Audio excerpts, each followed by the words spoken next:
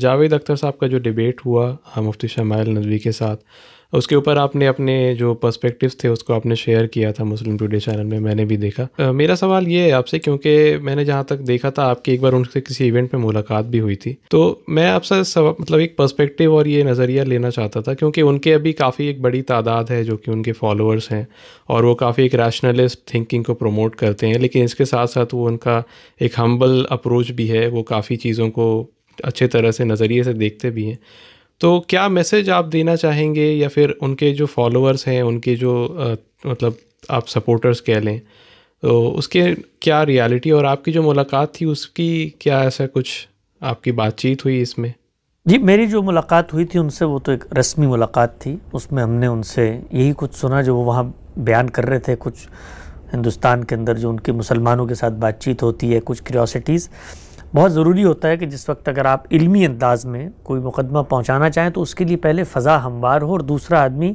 علمی انداز میں چیزوں کو پرسیو کرنے کی پوزیشن میں آئے۔ مجھے سچی بات یہ ہے کہ ان کو اس مناظرے میں یا مباحثے میں دیکھ کر دکھ ہوا۔ دکھ اس لیے نہیں ہوا کہ وہ مثال کے طور پہ ہار جیت یا فتح و شکست یا استدلال، نہیں، کچھ چیزیں ہوتی ہیں جو آدمی کو اپنے لیے طے کرنی چاہیے۔ مثلا میں اگر ادب کا آدمی ہوں، شاعری کا آدمی ہوں، یا فنون لطیفہ کا آدمی ہوں، تو اور میرے ہاں کچھ میگا نیریٹیوز بھی بن گئے ہیں، وہ میگا نیریٹیوز اصل میں میری اپنی تخلیق نہیں ہوتے، وہ نیریٹیوز میں قبول کر رہا ہوتا ہوں اس لیے کہ جو میری کیوریوسٹیز ہیں وہ ان کو فلفل کر رہے ہوتے ہیں۔ تو الہاد کا نیریٹیو 10 لوگوں تک پہنچ سکتا ہے، 10 لوگوں کو مطمئن کر سکتا ہے، لیکن ان لوگوں کو یہ ضرور جاننا چاہیے کہ ہم اس نیریٹیوز کے پریچر بن کے، اس نیریٹیو کے کو پورا ایک ڈاکٹرائن بنا کر جو الہام یا روایت موجود ہے اس کے لوگوں کے سامنے پیش کر کے دنیا میں اس کی بے مائگی ثابت کریں، تو یہ کام بھی کرنے کا ہے، بعض لوگ کرتے بھی ہیں، لیکن پھر اس کے لیے ایپٹیٹیوڈ ڈفرینٹ چاہیے ہوتا ہے، شخصیت ڈفرینٹ چاہیے ہوتی ہے۔ تو میں تو بزرگوں کو، جو بزرگ ہوتے ہیں، بڑی عمر کے لوگ ہوتے ہیں، ان کو ہمیشہ یہ میں سمجھتا ہوں کہ ان کو اس کا لحاظ کرنا چاہیے، اپنی بزرگی کا بھی اور پھر اپنی شخصیت کا بھی۔ تو میں سچی بات یہ ہے کہ یار وہ اگر مطلب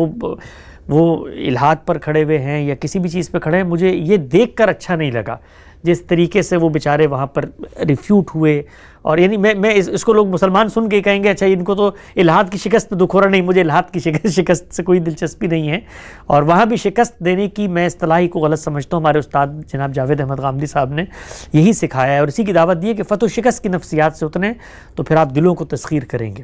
اور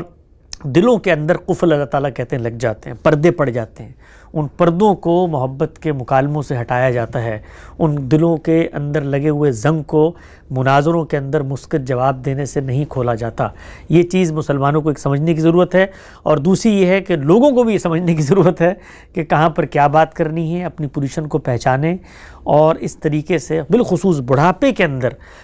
ان چیزوں کو رسوائی کا سامان نہیں بنانا چاہیے۔ ہمیں اپنے بڑھاپے کو بڑی گریس کے ساتھ گزارنا چاہیے۔ مجھے دلی دکھ ہوا ایک بوڑھے آدمی کو دیکھ کر وہاں پر کہ وہ ان مباحث پر گفتگو میں اتر آیا ہے جو اس کے اختصاص کے موضوعات اس طریقے سے، میں یہ نہیں کہہ رہا کہ ان کو حق نہیں تھا، ان کو حق تھا، لیکن پھر وہ ایک دوسری سطح کا مکالمہ ہوتا ہے، اور اس میں کوئی اور ملحد بیٹھا ہوتا جو سائنس اور پس منظر اور کانٹیجنسی اور یہ حدوث عالم اور یہ ہوتا، تو کچھ گفتگو بھی ہوتی تو تھوڑا مجھے زیادتی بھی لگی ان لوگوں کی بھی، وہ بھی ان کن کے ساتھ جا کر بیٹھ گئے جن کے بارے میں ان کو بھی پتہ ہے کہ ایک شاعر مزاج آدمی ہے، ظاہری بات ہے ان کا بنیادی اختصاص یہ نہیں ہے، تو ان پر فتح پا کر بھی کوئی الہاد کے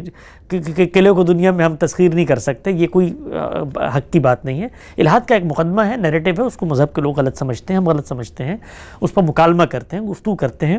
اسپیس دیتے ہیں۔ تو الہاد کے لوگ بھی اسپیس دیں اور مذہبی لوگ بھی اسپیس دیں، اور اس طریقے کے طرفے تماشے سے نہ کسی مذہب کی فتح ہوتی ہے، نہ کسی نیریٹیو کی شکست ہوتی ہے۔ اصل چیز یہ ہے کہ اگر کوئی الہاد کو مانتا ہے، ان نیریٹیوز کو جو وہ ان کے بڑے اذہان پیش کرتے ہیں، اس کو محبت، ہمدردی سے مکالمے کا، گفتگو کا، دعوت کا موضوع بنایا جائے، اس پہ اپنی بات سامنے رکھ دی جائے۔ باقی کوئی بڑا تکڑا ملحد تکڑے گا، مثلا ابھی آپ دیکھیے نا، اگر مجھ سے پوچھا خدا کو ثابت کرو، بھائی میرے تو پہلے مرحلے میں پیچھے ہاتھ، آپ کا پہلا سوال جو تھا اسی میں نے ہاتھ اٹھا دیا، میں کر ہی نہیں سکتا ہے کام۔ تو اب اس کی بنیاد پر وہ جا کر گئے کہ بھائی ان کا خدا تو خاتمہ ہو گیا، نہیں خاتمہ ہونا بھائی، خاتمہ نہیں ہوا، تو میری بات کو میرے پس منظر میں رکھو، میں پھر اس خدا کے تصور کو کہاں سے اخذ کرتا ہوں۔ تو مناظرے اور مباحثے اور مکالمے میں یہی ہوتا ہے، اور جو ہوتا ہے وہی ہم نے وہاں دیکھا۔ دعوت دینے کی ضرورت ہے مسلمانوں کو، اس طرح کی چیزوں سے کبھی حقائق ان نسلوں کے دل، ان کے شعور کے اعماق میں نہیں اتریں گے جو مذہبی لوگوں کے رویوں سے متنفر ہو کے الحاد کی طرف جا چکے ہیں۔